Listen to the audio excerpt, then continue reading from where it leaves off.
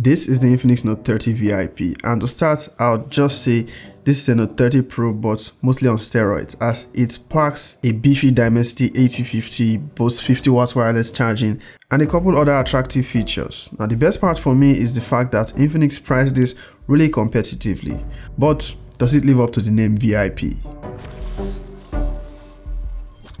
The Note 30 VIP, as the name implies, is the VIP version of the Note 30 series. It was unavailable on launch day, but it is now in the market, and it offers quite the juicy specs that separates it from the rest of the series. If you remember, at the launch, Infinix announced the Note 30, Note 30 Pro, a Note 35G, and the VIP. I reviewed the Note 30 Pro, and I think the Note 35G is also now in the market. That one sports a Dimensity 6080 if I'm correct, but let's focus on the VIP, which is the highest of the series.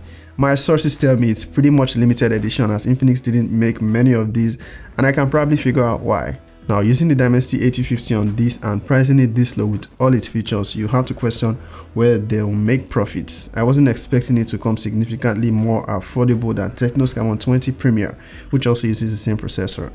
Now, the Note 30 VIP is priced at 233,900 Naira. That's around $300. This is similar pricing as Samsung's A34 and Redmi's Note 12 Pro 5G. Both of those phones run on a Dimensity 1080, which is nowhere near the 8050 in performance. That's before you even consider other features like vapor chamber, liquid cooling, wireless charging and reverse wireless charging, etc. Of course, you might be able to get used older flagship for that price, so we are sticking with new devices for the reference. Looking at the spec sheet alone, there is no denying that Infinix went all out here, and it's probably the best spec device for its price. So what comes in the box? It is actually a long box, noticeably longer than the box that the other devices came with. I'm not exactly sure why, probably to assert its VIP status. It comes with the exact same accessories as the Note 30 Pro, which I think is the most any manufacturer offers at this price point. Actually, they don't even offer this much. We get the 15 watts wireless charging pad in the box. I was actually thinking it would be a 50 watts wireless charging pad, but I think that would be asking for too much. But more on its charging later. As for the rest of the accessories, we get a 68 watts fast charging brick, wired earphones. Yes, it actually keeps the headphone jack. There is a transparent protective casing. Not the flexible kind, but it does the job of protecting the device. Thoughtful of Infinix to add a glass screen protector. That is all for accessories. The Infinix Note 30 VIP sports a design similar to what we have on the Note 30 Pro, but the camera bump is bigger and has the same finish as the entire rear design. It is a glass back with a nice matte textured finish. I like the flat frame, which allows the device to stand upright without support. The Note 30 VIP gets IP53 certification for dust and splash resistance. I'm pretty sure the fans appreciate the fact that Infinix has made efforts to improve the build quality of their devices. Haptics is also significantly better than we're used to with Infinix devices. Now, as you might have already seen from reviews of the Note 30 series, Infinix partnered with JBL, hence the Sound by JBL branding, to indicate the presence of JBL tuned stereo speakers. It is not your average stereo speakers, it actually gives solid sound.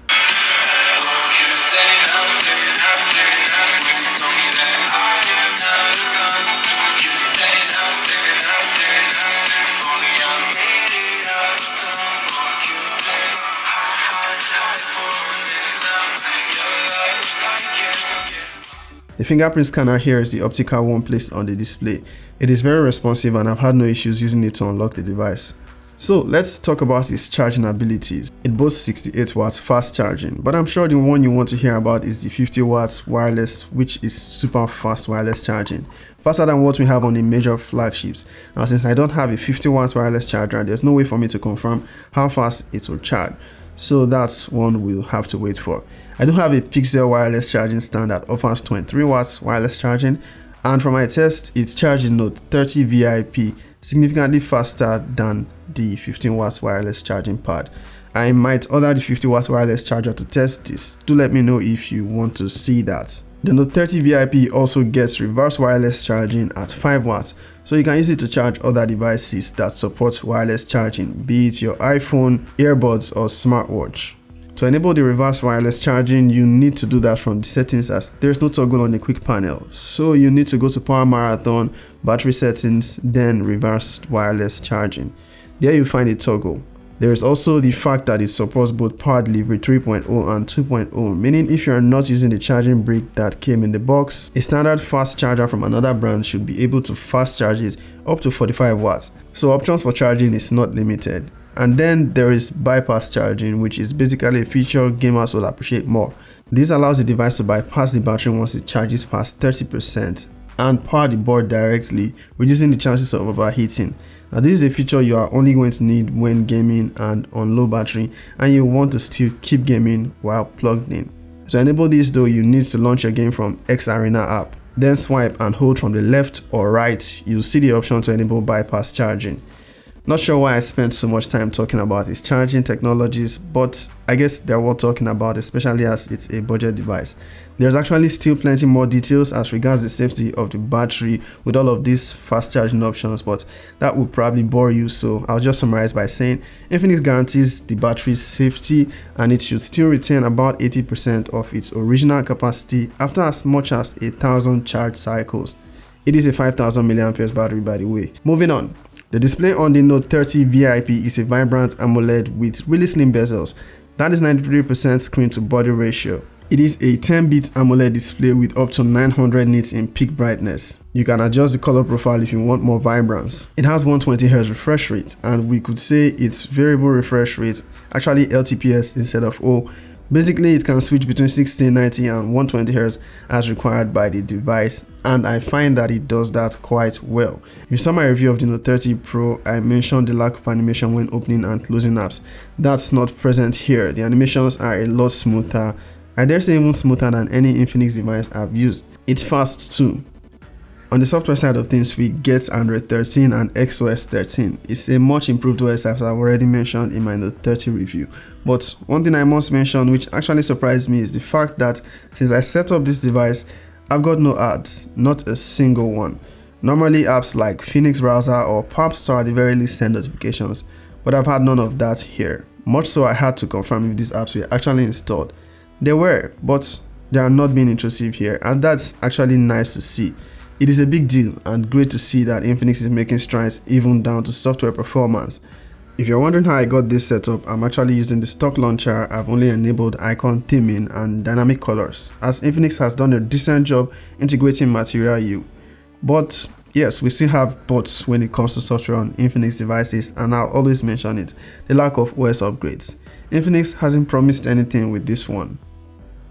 The Note 30 VIP comes with 12 gigs of RAM, physical RAM, not extended virtually.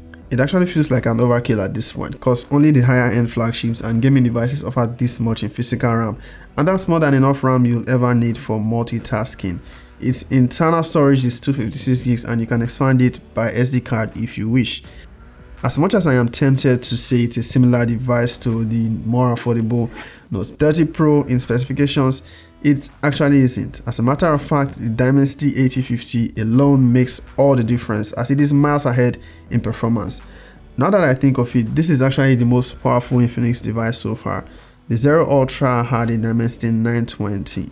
Now does this tease greater things coming for the Zero series? I guess we'll have to wait and see.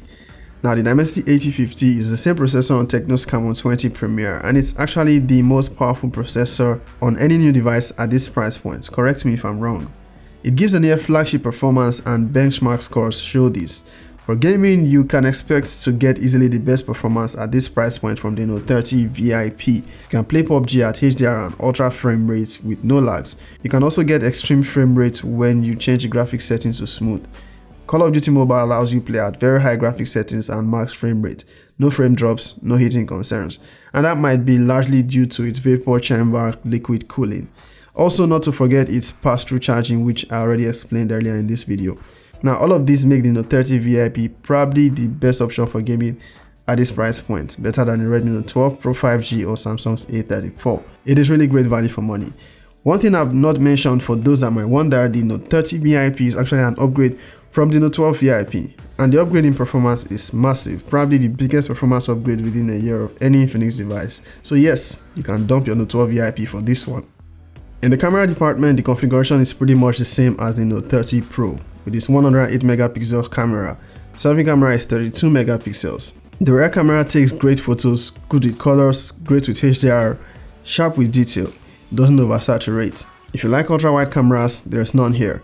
On the selfie camera, it does okay with skin tones, but I think it could do with a little more sharpness, and I kind of prefer what I see in the viewfinder to the already processed image. What I have here though is a review unit, so the final retail unit should have better image processing. It is able to shoot videos at 4K 30 FPS from the rear cameras. There is no optical image stabilization. Now, filming at 1080p allows you to use ultra steady mode, and it's pretty stable. From the selfie camera, it can only go max 2K 30 FPS. In my opinion, I'd say the Infinix Note 30 VIP is really great value for money. It packs quite a punch for its price, great build quality, improved software performance. It packs enough to give you that near flagship experience at a very affordable price point. Now, areas where Infinix still needs to come correct is OS upgrades. We're pretty much there on build quality and they're getting there on software. Just add OS upgrades. That's all. You can check out my review of the more affordable Note 30 Pro here, and for the Camon 20 Premier, they actually have a lot in common here.